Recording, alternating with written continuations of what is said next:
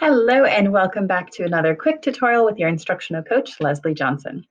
So today we're going to talk about those tricky students that might decide to interact on the stream if you let them.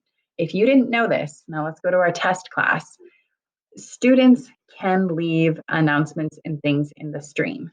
So they could add from Google Drive, link something, they can add a file, they can add a YouTube video, and depending on your students, it might be helpful and it might not. So that could be a setting you want to change.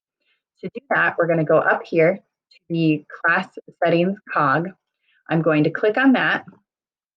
And then we see the class details. We have to scroll down to general here.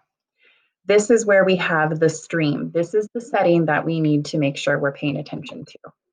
Right now, I have it as only teachers can post or comment. The default setting is students can post and comment, and that's, if you use it well and teach your students about digital citizenship, it could be a good feature because they could ask questions there that might be good for the whole class to know. But if you're worried that your students will be posting inappropriate things, you can make that only teachers can post or comment.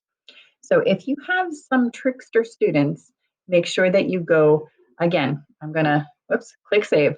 Very important to click save because if we don't click save, I don't think it'll save it. Again, to find that, that's up here in the classroom setting cog. And you have to do this class by class. Go to the general and check on stream. Only teachers can post or comment. All right. Hopefully that helps you with your classroom management online. If you have any other questions, please let me know. Thank you for watching.